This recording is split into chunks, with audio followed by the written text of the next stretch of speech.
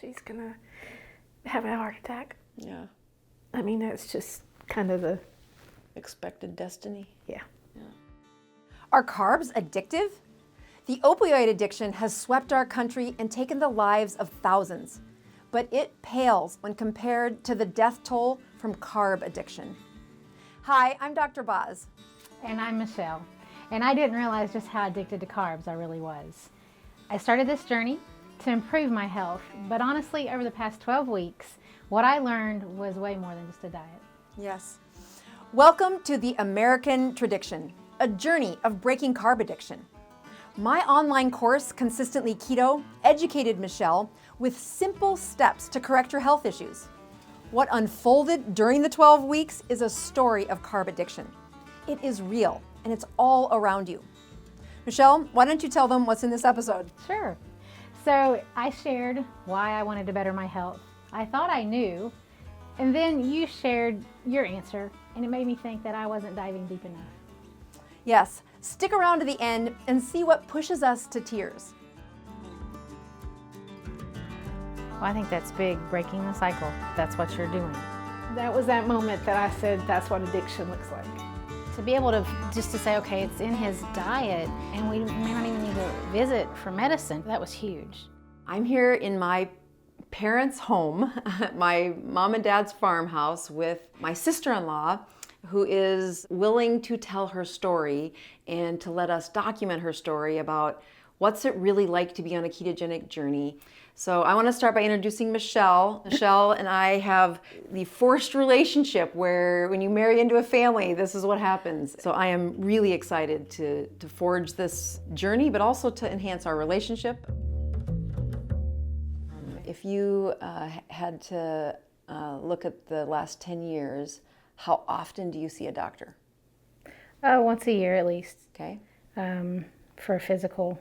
And going back a little bit further, since having Jace, they realized that I had some blood pressure issues in the hospital in post-delivery. Sure. Because they held me a day extra. And that's when I started. It's been, goodness, he's almost 13, so it's been that long since I've been on blood pressure medicine. Wow, yeah. So besides blood pressure medicines, are there other things you're on? That's it. Oh, good. That's very good. Easy to undo. Okay. Just so you know. When do you think you first said, I have a problem with my weight? Oh, high school? Really? Yeah. Always carried it right, lower stomach, and I just never could lose it. I was active in high school. I played basketball. I was a cheerleader my senior year. Yay! Yeah. Played tennis, so it wasn't for the lack of activity. Right. No. And it's just been a struggle throughout my life. It's a huge deal. I mean, essentially, when a woman starts to have healthy adult hormones, the rules change, girls, I'm telling you. So as you have struggled with weight, what have you used to try and lose weight? Oh, a good friend of mine, her dad would say that he would eat cardboard. So it was in the years of, lean cuisines and no sugar. Well, sugar wasn't an issue. It was just the no fat. Oh, yeah. Low fat. Right. Really, that sticks out to me big time because that's what I did all through college.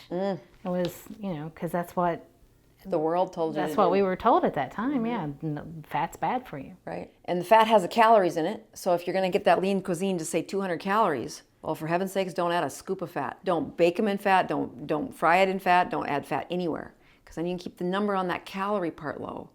But what happened was you cannot address calories until the chemistry is fixed. So if you give those low calories to a high insulin patient, they're all stored. You, along with so many people, that's where they get stuck, is the calories, the low fat, and the packaged food turns into easy, fits in our life. But when there's no fat in it, it turns into just a great way to make an insulin-resistant patient that can't lose weight, and their hormones go terrible, and their hair gets thin, and their skin gets thin, and their brain gets wilted.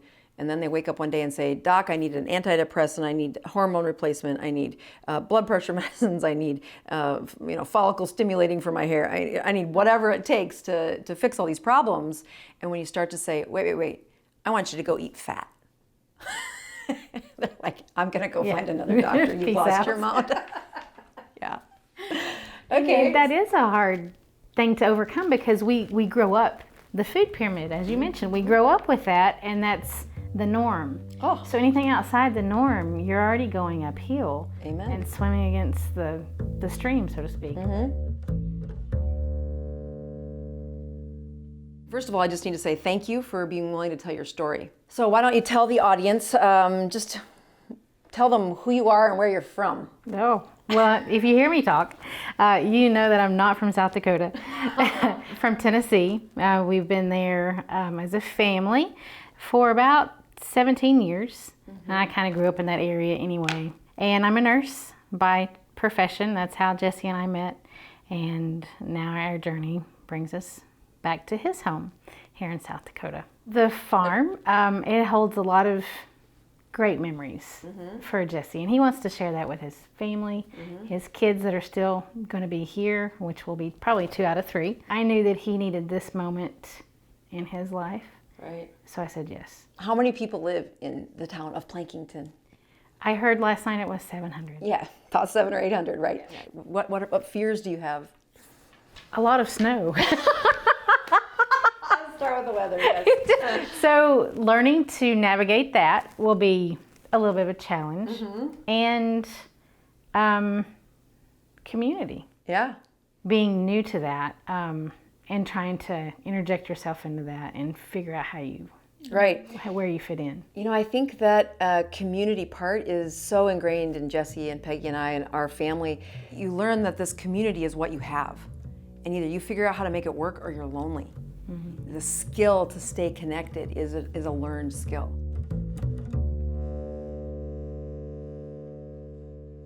Let's look at some of the other stuff a mom leads a family for, and that is how food and meals are part of your conversation. So if you look at the health of your parents and your family and then your children, do you see there's a food pattern that you want to address as we take on these next 3 months of closely looking at your family? Tradition-wise, absolutely. Biscuits and gravy. Oh my. That I think is maybe more of a Southern thing. Yeah. But yeah, that was a big thing. And cornbread, so lots of carbs, lots of bread. Something I've realized that we've done probably more with Jace than the other two was he's a little bit harder to shop with. He has a lot of energy. And so I know, I was just thinking, there's been times that, okay, if you just stop, I'll get you one thing that you want. Right. Oh. And that item is never, oh, Mom, can I have some broccoli? Oh, yeah, right. And all the sugar that you're right there when you're checking out, it's on purpose, and it's evil. Right. Well, that world of carbs being addictive sounds like a bumper sticker, but it really is. There's very good evidence behind what happens when not just that mom gives him praise, like for doing something she wants, which is behaving in a public setting like that, or behaving anytime, then put carbs behind the reward. And so that neurocircuitry of this is how you feel good.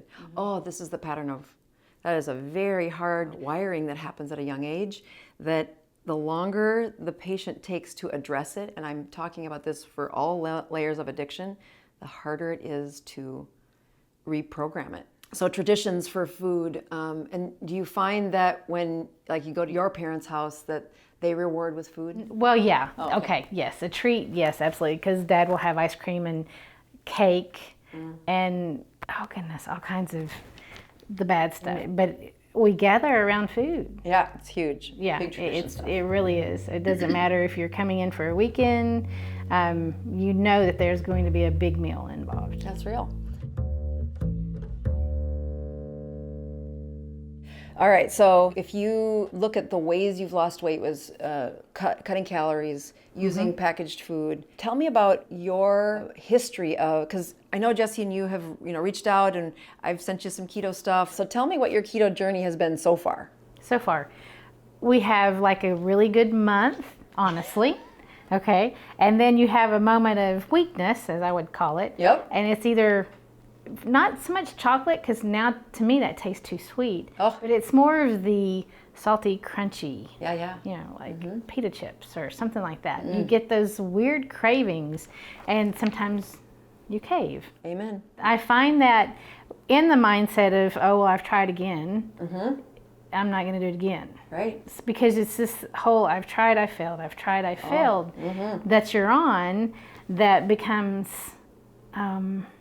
disheartening. Oh, it's huge. It's huge. So I like to point out, when you look at babies across the world, you know, every color and race, they start out babbling the same. And so they babble, and the sounds they make are all the same no matter where they come from. But around the cultures that they're in, they're babbling over the first 6 months and then year. The line they're trying to hit is the language that's being imprinted around them, but they fall off either side. And of course, what the baby doesn't know is disappointment. Everybody around them is only cheering them on. Mama, mama, That's you know, so cute. right? And they're positively saying, here's the way forward. And they're constantly failing. They're babbling in different languages. They don't know that, but they're just, and if you look at the distance the babble sound is from the target, over those 3 years, it babbles to the imprinted language. As a baby starts out with this target of change, of a behavior, of a language, they fail a lot. And the world around them is really positive and cheerful and is pulling them in this direction. And not to say that life doesn't have hard things that we get through, but as you train somebody to do this, when you're with an adult brain trying to change behavior, they're going to fall. They're going to have, the target life is here, but they're going to fall. What happens, especially if they're around a support group of people that are trying to improve the process, is they don't fall as far from the line. And what I've learned is if they don't have those people pulling them back in to try again, they stop trying. The people I hope watch this documentary are the ones who've tried keto, they've been keto, and they couldn't make it. They couldn't make it. And I think what made me write this book, write this online course, do this workbook is, you don't need to be an MD or a PhD to do this. How do you do this? Don't look around, focus on you.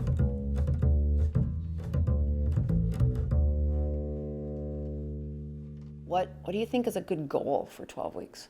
As far as weight, as far as...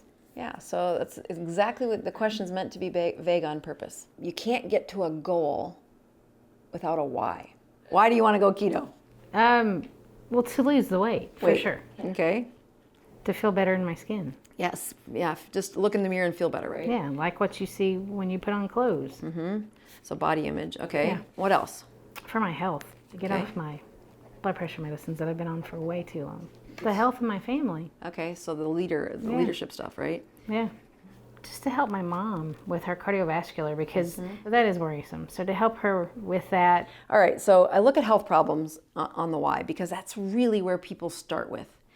But I try now to get to the deeper part. This would be the Simon Sinek part of that why, which is you have health problems, and they are important. If you look at some of the deeper whys, it gets to a higher personal level. When people read the book, any way you can, the story of my mom's cancer is what made her go keto, a health problem, right?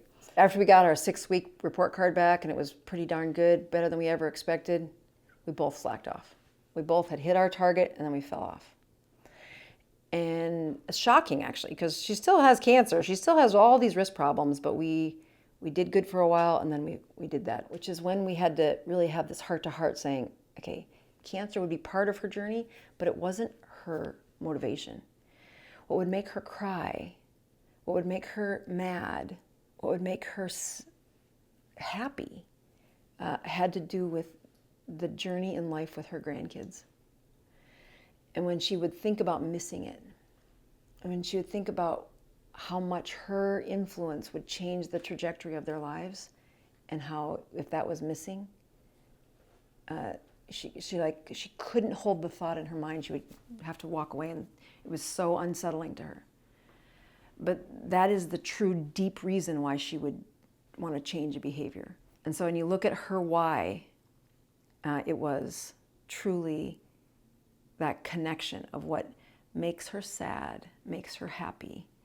And I think those are these deeper conversations you have with yourself, and you don't sometimes want to say them out loud. So when people say, why'd you go keto? I mean, the true answer was the most important person in my whole life since since I can remember, was my mom. And I can remember having to pick my profession in medical school, saying, what kind of doctor do you want to be?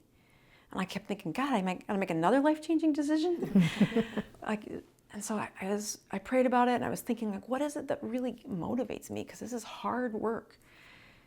And I really enjoyed it when my parents would call me, and I didn't just know the answer. I knew the why behind their answer. I knew the possibilities if my answer was wrong, what it could be. I knew the differential diagnosis. That's really what woke me up in my heart, was to say, oh, I love it when she can ask me a question and I can help her. And of course, I parlayed that into a practice, but the true reason for studying so hard, for having the right answers, was always to be able to answer her questions.